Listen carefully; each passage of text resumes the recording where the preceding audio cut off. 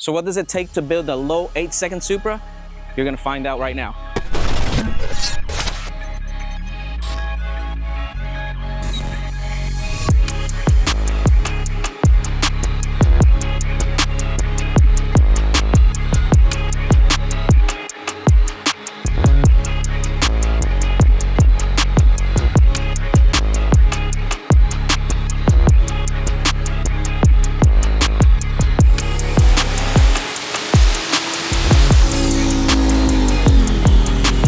Hey guys, Fernando here from Ostar Motorsports. So I know it's been a while since we made a video and we showed you guys this car probably a year ago. We've been super busy in the shop just taking out customer builds or building customer builds, and we just haven't had a lot of time to put into this car. But slowly but surely, we've just got it finished. We're here on the dyno tuning the car, and I want to show you guys what it takes to build something like this. So in building a car like this, the first thing you're going to want to focus on is going to be your engine and your transmission. These A90 Supras have been in the market for 5 years now, and it's amazing what they've been able to do with this platform. I mean, we went from running 11s to now the fastest guys are running almost mid-7s. So that's quite a bit of improvement in just a couple of short years. But the technology these days and what these cars can do is just simply impressive. But yeah, talking about the engine, first thing you want to do is strengthen the block, right? In this case, we put a set of Carrillo rods. We also put a set of custom CP pistons. Those CP pistons, we added an upgraded wrist pin with a thicker wall. And then we also added ARP main studs to keep everything together. Then from there, we went to head studs. We opted for the 625 plus head studs, which they'll have a little bit more tensile strength than your standard ARP 2000. So for the head, we opted to go with Ferrea Competition Plus valves. We've used that for many years on different platforms. They work great. Ferrea has been part of the team for many years. We also use Kelford springs and retainers and the Kelford stage 2 cams. Now they do offer a stage 1, 2, and 3. This is a bigger turbo. It's an 8082, so we may go into stage 3. We're just gonna see how well it does on the dyno, and then if we need to go ahead and go to that, then we'll probably do that. Obviously, the more data we can get, the better decision we can make.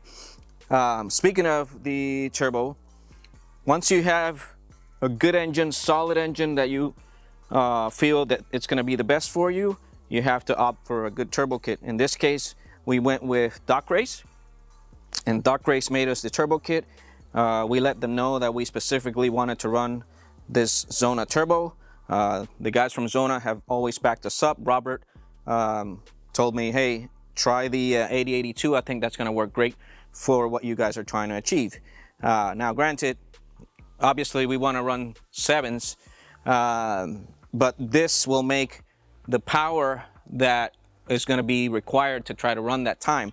So it was our best choice at the time. We're going to see how well it does, and we're going to show you guys results, and then once we start going to the track, we'll show you some of that as well. So yeah, we've talked about the turbo kit, we've talked about the engine. Next thing will be the transmission. So we all know Supras, that is their Achilles heel, right? The transmission, after maybe 600-700 horsepower, the clutches go out. So you have to upgrade it. Of course, we teamed up with the guys at Pure, and Pure Drivetrain Solutions offered us their stage 3. So we're running their stage 3 and their billet converter. That, for the moment, is the best thing on the market. It will hold the power that we want. So that's pretty much all you have to do in that case. One thing you might want to add is maybe a larger pan if you want to put more fluid on. That way the fluid can stay a little bit cooler for a little bit longer. But yeah, that's pretty much it when it comes to engine and transmission. So I want to show you guys a couple other things though. So next thing I wanted to talk about is fueling. So fueling, in this case, we went with Aerodynamics. We have a set of 2650s. They're in the port injection by Bootmod or BM3. and we're using their Rev2 system along with their software. We're also running a surge tank triple pumper. We're using 3 Walbro Hellcat pumps. We also have 2 more pumps in the tank. One feeds the surge tank and the other one feeds our high pressure. And we do it that way so we supply enough fuel for both systems. We still want to use the high pressure system, and so this was what we felt was the best way to run these. Now, next thing, speaking of the Rev2, the Rev2 is a really great addition. It has inputs and outputs that you can use. For example, we're using coolant pressure. So if you get a baseline of coolant pressure, now you know you have a reference, right? So if you start making power, especially these cars that, like I said earlier, have a problem with the head lifting or having to retorque the head, well, once you start making runs, you look at that data log, you'll have your base pressure written down somewhere, and then now you can compare pass after pass. Okay, is my base pressure still the same? Is it going up? Now, did it go up too much? Okay, I might have a problem with the head. I might have a gasket problem. So it's really important to have something like that. When you have the sensor, you can program the ECU to cut power, right? So if the ECU, you put a threshold of, say, X amount of boost or X amount of pounds going through that sensor, then you can cut off the engine and save it, right? So that's very important. The Rev2 also we're using for fuel pressure. We want to make sure our fuel pressure is optimal every step of the way on that run.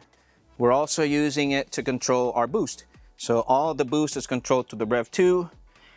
We also added nitrous. We haven't used the nitrous yet, but we will. And the Rev2 is going to be able to control that. So I don't have a lot of data right now on the nitrous kit, but I will tell you guys about it later on when we start using it. And I think that's pretty much what I wanted to show you in terms of the engine, the transmission, the turbo kit, and then the cooling. Oh, one thing I'm forgetting that is a big talk is the intake manifold. You know, there's quite a few different intake manifolds in the market. Some cool the best, some don't cool as well. AMS was nice enough to collaborate with us, you know, a couple years ago. So we've been running their AMS intake manifold for a while. And in the market, not a lot of people use it, but it's worked great for us. Obviously, we wanted to make sure we had the best air temperatures. So we teamed up with KLM. We added their icebox system and adapted the icebox system to this AMS intake manifold. And we've been able to consistently stay around 70 degrees if you run ice properly. You know, it's a constant ice and exchange and taking out the heat from the engine. So it takes some work, but if you do it right, you are able to run that intake manifold and get the proper temperatures. So very important as well. So when you're running a car like this, or when you're building a car like this, that you want to get every ounce of power, you want to make it as efficient as possible, you put your brain to work to try to come up with ideas. Well, Aerodynamics came up with this air duct. It replaces your headlight and it transfers the air that's coming in from outside closer to the turbocharger so it can pull some cooler air. So that will help spool the turbo a little bit quicker, and in turn maybe push that power band a little bit earlier so it can open up a little bit earlier and then give you a little bit more power. Now, next thing I want to talk to you guys about is our wheel and tire package. I think we made a video already on this wheel and tire package, but basically it's an Ostar wheels drag package. It's a 17 by 3.5, and then the back is a 17 by 10.5. And basically that is what we feel works the best without having to go with a 15-inch, which we can. At the time we didn't have small brakes, but now we've teamed up with TBM, so we have their brake system, which by the way, it's just really nice. I mean, I've had brake systems before like Wheelwood And this thing is by far super detailed, very nice. But they do allow for a 15-inch in the back, so you can run that 15 if you want to. We opted for the 17 because more people will be running a 17 in general, but maybe in the future we'll go to a 15 if the tire that we desire is not in a 17-inch. But yeah, also when you do these, you want to put these extended lug nuts, or not lug nuts, studs, and that'll help you keep the wheels in place when you're mounting them, and dismounting them makes things a whole lot easier for you. As far as suspension, we didn't go too crazy yet.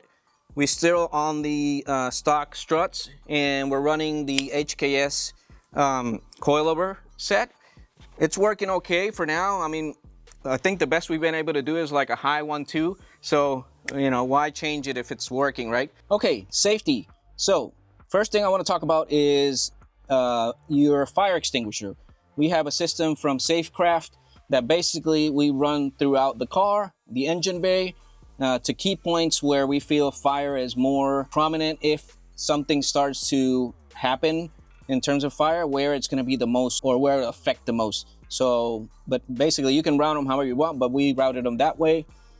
Here is our fire lever. So as soon as something starts happening, we can pull that. It'll immediately release the fluid from in there and try to put that fire out. This lever right here from Motion Raceworks is part of a parachute kit. This is going to be your lever when you're finished with your pass and you want to brake the car. That's going to help you brake if you're 170, 180 mile an hour plus. Teamed up with the TBM brakes, you should be good to go. Then we also have a roll cage.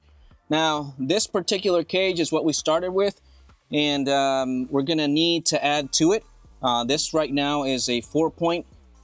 If we get to the low 8 seconds, 7 seconds, more than likely what's gonna happen is we're gonna have to build around it, and it's gonna become a 10-point cage. But yeah, these are key components. We're also going to be using a 5-point harness. The harness is going to keep us on this Kirky chair right here. Obviously we went with a Kirky because it's super light, and we're trying to save as much weight as possible to get the car down the track as quickly as possible in best time. Now we can go to the back. I'll show you guys the final part of what we've done in this car, and let's go. So here's a parachute from Simpson. Once you're finished with your pass, let off the gas, you pull that Motion Raceworks lever, and this thing will come out and it'll stop you, I guarantee. Obviously, we still want those super premium TBM brakes. They are going to stop you. Now, if you look in here, you'll see some of the stuff I talked about earlier. Here we have our surge tank. This is where the 3 pumps, the Hellcat pumps are. One of these lines goes down to the original fuel tank, and then the other lines go up front. And then this is the KLM ice box. This is really neat because you can fill it, and they have a special fitting here that you can use to drain the hot water once you've done a pass. And then you can fill it up with colder water plus ice, and start right back over again. But yeah, that's it, guys. That's pretty much everything summed up in a nutshell. Obviously, it's hard to really talk about everything, every detail in a few minutes, but I wanted to show you guys how much you have to do. There's a lot of planning involved, machine shop, there's a lot of time. So if you're trying to build something like this, be patient. Sometimes we try to rush things and they just don't come out right. Best thing to do is take it easy, build it right. That way you don't have to spend more money than you would have if you make a lot of mistakes. So if you need help with something like this, you're not sure, maybe you have a different setup in mind, maybe you have a street car and you want something that opens up quickly and has a broad power band, we can help you with that. So just give us a call at Ostar Motorsports, or shoot us an email, or go on our social media. We'll be happy to help. We'll teach you along, and then we'll try to teach you what we've learned the hard way, so that you don't have to spend money 2 or 3 times. So guys, I know that our channel has been pretty much quiet for the last few months, maybe almost a year, but with this video, we want to start back up again, bring you something weekly. We want to bring you when we go to the dyno, we want to bring you when we go to the track. If we have a new product that we want to review, we want to show you guys. If we have a cool customer build, we're going to be doing that as well. So stay tuned, subscribe, and we will be showing you more content soon.